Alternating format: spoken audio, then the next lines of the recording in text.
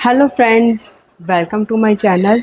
तो आज की वीडियो में मैं दिखाने जा रही हूँ आप लोगों को शॉर्टकट कीज़, वो भी A to Z complete alphabetical. सबसे पहले है Ctrl+A जो कि है सिलेक्ट ऑल। इससे क्या होता है, हम पूरे एरिया को सिलेक्ट कर सकते हैं। जो भी हमने पेज पर लिखा है, चाहे वो किसी भी है, वो वर्ड में हो, एक्सेल में हो, चाहे पावर पॉइंट में हो, चाहे किसी भी और वे में हो, हम उसे सारे के सारी चीज़ें सिलेक्ट कर सकते हैं। नेक्स्ट है Ctrl+B, उसे है बोल्ड। हमने सिलेक्टेड वर्डिंग जो होती है, चाहे हम इतनी सी है, तो हम उसे वर्ड को बोल्ड कर सकते हैं। अब Ctrl+C, Ctrl+C यूज़ होता है कॉपी करने के लिए, लेकिन उसके साथ हमें Ctrl+V पेस्ट को भी यूज़ करना पड़ता है। कॉपी तो कर लिया, उसे साइड में जाके हमें पेस्ट भी करना होगा, तभी इसका असली यूज़ होगा। नेक्स्ट है Ctrl+D, Ctrl+D यूज़ होता है फॉन्ट स्टाइल के लिए। नेक्स्ट है Ctrl+E, ई जो होता है align to the centre.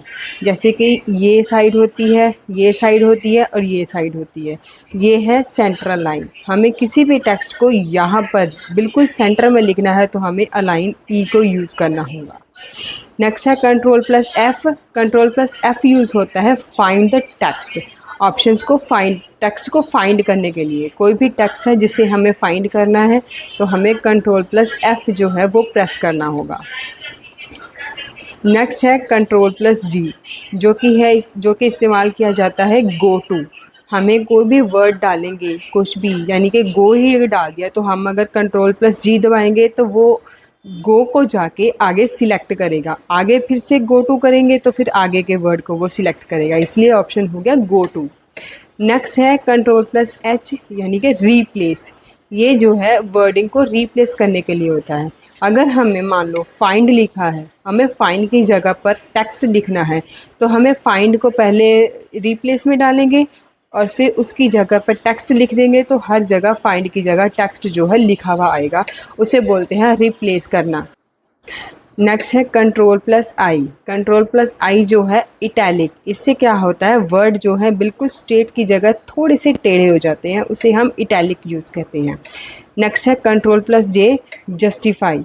Justify में ऐसा होता है, वर्डिंग कुछ तो यहाँ से शुरू होगी, यहाँ से शुरू होगी, एक यहाँ से शुरू होगी, 3 अलाइनमेंट होगी हैं, लेकिन चौथी अलाइंस जो होती है वो होती है Ctrl+J जस्टिफाई की। उससे क्या होता है, बिल्कुल सीक्वेंस में वर्डिंग कुछ भी लिखी हो तो वो यहाँ से भी और यहाँ से भी, इधर से भी और इधर से भी, बिल्कुल सीक्वेंस में जो है लिखी हुई आएगी, उसे बोलते हैं हम जस्टिफाई।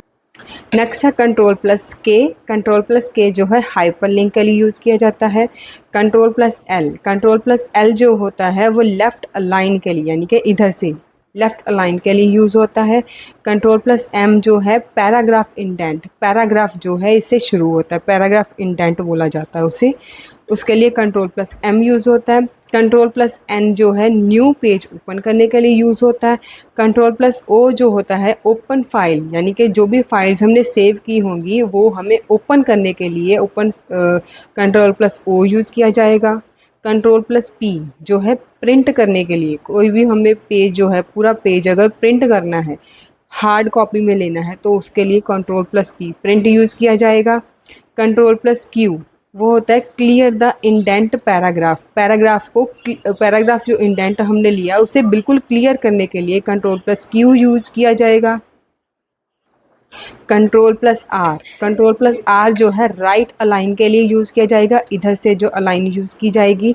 Ctrl+S जो है वो पेज को सेव करने के लिए, हमने कुछ भी लिखा है तो उसे सेव करने के लिए Ctrl+S यूज़ किया जाएगा। Ctrl+T वो है हैंडिंग इंडेंट के लिए यूज़ किया जाएगा।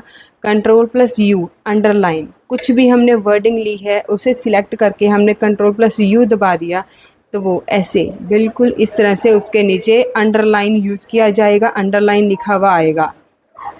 Ctrl+W जो है क्लोज़ करने के लिए, डॉक्यूमेंट को कुछ भी खुला है तो उसे क्लोज़ करने के लिए यूज़ किया जाएगा। Ctrl+X जो होता है ऑप्शन को कट करने के लिए, Ctrl+V, यहाँ पर V की ऑप्शन नहीं दी गई है क्योंकि पेस्ट करने के लिए Ctrl+V यूज़ किया जाता है।